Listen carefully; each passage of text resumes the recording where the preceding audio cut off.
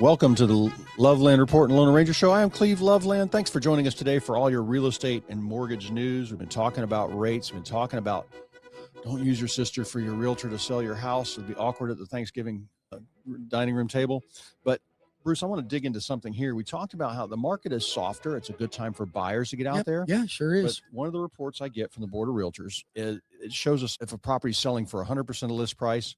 And I've got a chart here going back 4 years. The average sales price in 2022 was 100%. Everybody's getting full price, Sure. 101%. And that's the average. And it slowly dropped over the past 3 years. And now we're still getting about 98, 97, 96%. So down realtors take that to heart. 2.5% then. And typically, isn't 3% kind of a normal? Normal, but this is what's funny. This chart doesn't tell me how. I bet you on most of these, there was 1 or 2 or 3% cost paid. So our real sales price is probably There should be factored in because on an appraisal, they have to factor that in. It's not, but it's not in this chart. So I can tell just by the way it is because I'm not getting 98%. And you and I see different patterns in different times. So when it becomes more of a buyer's market, we tend to see sellers paying more closing costs. Yep. When it's a seller's market, they don't have to pay any closing costs. Here's the thing. And buyers, if you don't tell your realtor, and your realtors, you should stop, put the pen down and say, you love your family, don't you? You want them to have this house when they want to write an offer 80% of list price and ask for 6% closing costs. Yes. You're just setting yourself up for failure and it's not going to get you anywhere. And if the comps are there, you're not going to overpay for it. And the appraisal will almost guarantee you won't overpay for it. And I don't know anybody that's overpaid for a house. When a house is sitting for 60 days, I don't know anybody that goes in 20,000 above list. It doesn't happen. It happened during COVID, but it doesn't happen very often. Is what you want from your buyer's agent helping you write, but be prepared. Look at the comps. You should have an idea. When I take my buyers out, I say, I want you to learn. You're good for 500.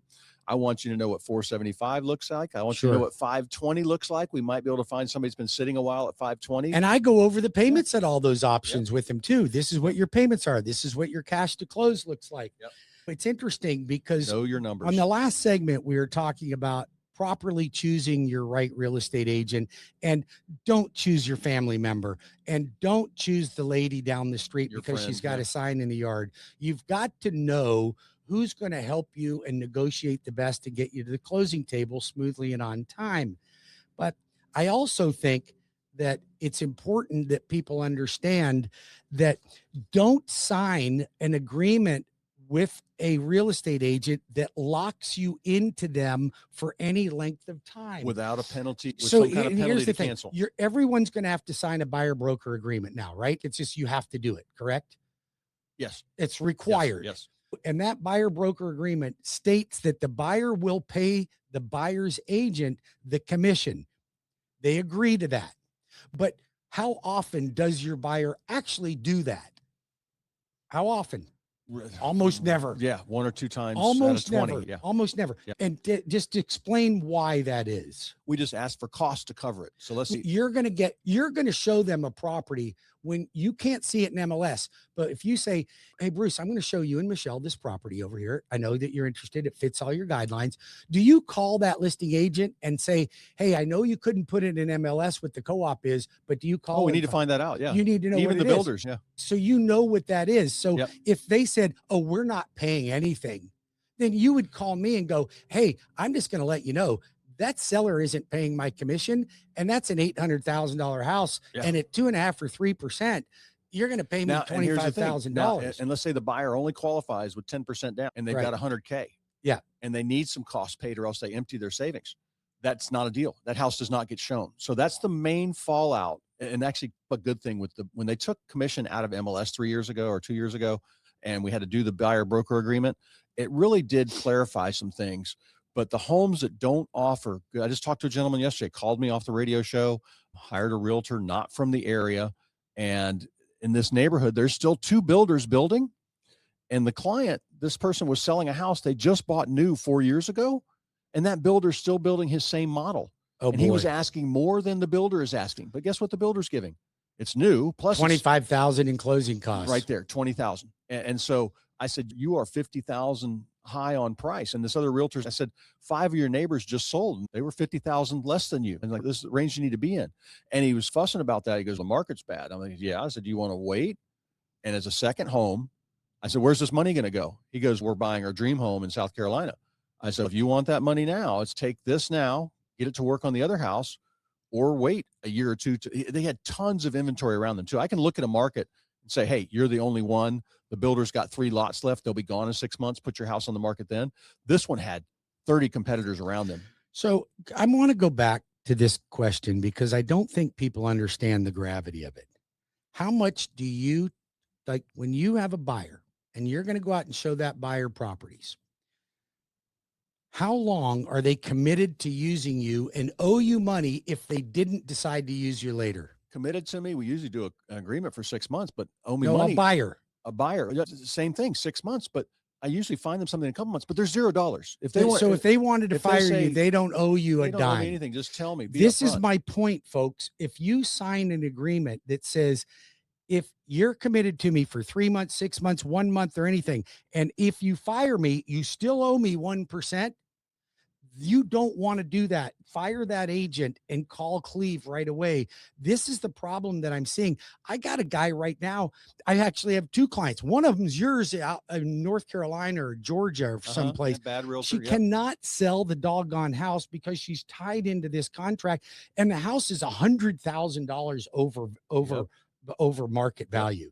So it's not going to go anywhere. And she missed out on 2 properties that she wanted to buy because she couldn't sell her house. And that's a life-changing event. This is moving from one state to another, getting out of the cold weather and coming down here and living a dream at the beach in Cocoa Beach.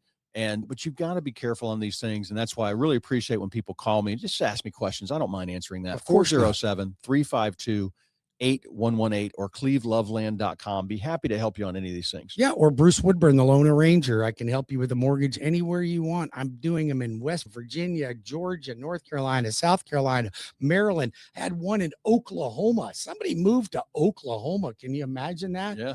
Oklahoma. Watch out for the tornadoes. I guess we got hurricanes. I guess so. Yeah. But anywhere you want to go, I can help you, my friends.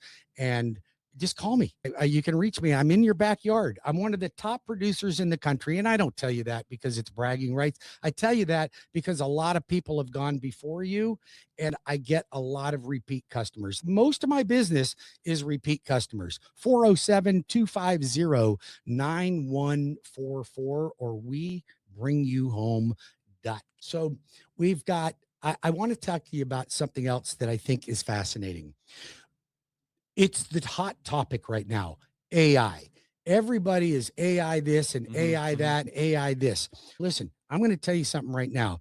When it comes to a mortgage, don't use AI. Okay. Do I use AI to maybe check my spelling or something when I'm sending up an email? Yeah. Okay. Yes, I'm going to tell you I do. But do I use AI to communicate with my buyers? Like some of these companies are going, you don't even need to hire loan officers anymore. It's like the Morgan and Morgan commercial that I see on that goes, I got a claim and I didn't even have to talk to my lawyer. Wait a minute. That's not a positive thing. Okay. Yeah. Okay. Wait a minute. But they spun it to where it's positive. Listen, these AI equipment, you don't know where your data is going, and don't use a mortgage company that calls you on the phone and tells you that they're calling from your mortgage company. We don't typically do that. Unless I did your mortgage companies, you don't want to give these people information over the phone. You guys are being duped with it all the time. I even have companies that'll call my past clients that I've closed loans for, and they'll send them stuff. They'll say, I'm calling on behalf of Cross Country Mortgage, but they're not Cross Country Mortgage. And I know they're doing it with me and other people. You've got to be sure you're dealing with the right people. You call the loan arranger, and I guarantee you're going to get the real deal. And here's something else. I'm not going to have AI talk to you. I'm going to talk to you. My team's going to talk to you. You're going to get personalized service. You're going to get love and attention. You're going to get a company that cares about you. We really want our clients to know how much you mean to us. You're important to me and my family. You're important to my employees. You come in and visit my office and listen to my employees on the phone with my clients, and you'll realize how much they care about you. They truly do. I got a situation I'm going to tell you right now, Cleve. It was a really awkward situation, but I'm going to tell you, I got a client, and he may even be listening right now. I'm doing a refinance for him. I'm consolidating some debt for him. This is going to make a life-changing deal. It's going to be big for him. They have a daughter that she's psychologically challenged. Okay. She's severely depressed, does not come out of her room. 50-year-old daughter. Okay. When we did the appraisal, the appraiser's required to take pictures of every room in the house. You have to have a picture. This girl won't let even her parents in this room. It was really challenging. And I was down there and I'm empathetic because the client said the last time we tried to get in her room, we had to Baker act her. And that's how bad it was. And listen, I want to be sensitive to clients' situations. You all have your own situations. Okay. And I want to be sensitive. And I'm listening to one of my team members talk to the wife. And I almost choked up. I'm like, thank you so much for caring that much about my clients. And we worked it out to where we could satisfy the appraisal and get the deal done. But we want to make sure that we're helping our clients because you're families and you're important. If that's what you want, then call me. If you want to be a loan number, then call Rocket Mortgage. That's fine. But I'll tell you one thing, you won't get a better rate. You won't get a better deal. And you definitely aren't going to get somebody that cares as much as we do. And I know your team's the same way. Yeah. The same way. 407-250-9144 or webringyouhome.com for the loan arranger. Call me. I'm always here to help. Cleve. All right. Well, I want to talk a little bit about getting a house ready to sell. I've got a 50-point staging checklist, Bruce, and I just went to see somebody, semi-pro hoarder. And I said, semi-pro, not a pro, but a semi-pro. I could make it through the house, but there was a couple doors you had to shove into, and it wasn't unsanitary. It was stuff. And so we had a good laugh about it because he kind of realized, yeah, I got this stuff done. Hooked him up with an estate sale person, estate sale coming in 2 weeks. Oh, fantastic. And actually doing it. Now, most of the time when I visit a semi-pro hoarder, I hear back from 1 out of 10 that actually do it. This gentleman's on his way. He got another house already being built. I might need to talk to your guy too. I got a person who specializes in this in the house, and they'll make some good money out of these things they got in the home. And it's much better than a glorified garage sale when people are just trying to give you a nickel for your $10,000 leather couch, things like that. But I can help people with what needs to be done to get a house shown. What do you think the difference in price would be if that client said, I don't know, I ain't doing nothing, and you're going to sell that house the way it looked? 20%. 20%. And how much is this house? $300,000. So would it cost him $60,000 to leave it the way it is or clean it up? Terrible. And how much is it clean up? Buyers don't want to walk through your mess. They got dreams for them.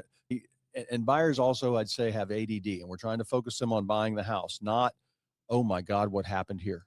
And you don't want a scene like that when somebody walks into the house. You want them placing their furniture. How much did it cost to get everything cleaned out? What's that going to run? $5,000? No, the estate sale person's doing it. So then once that's done, so he'll actually maybe make money off of it. Oh yeah, he'll make money off the estate sale. We're going to use that. House probably needs a paint job once it's clean. I couldn't really tell. House will probably need a paint job, and there's bedroom in the bedrooms have carpet, so we'll need $1,800 for that, and the house will be a B- B+ on the scale there of showings. But right now it's a D. It's a D-, yeah. So being nice. So I help people with that all the time, Bruce, and I understand.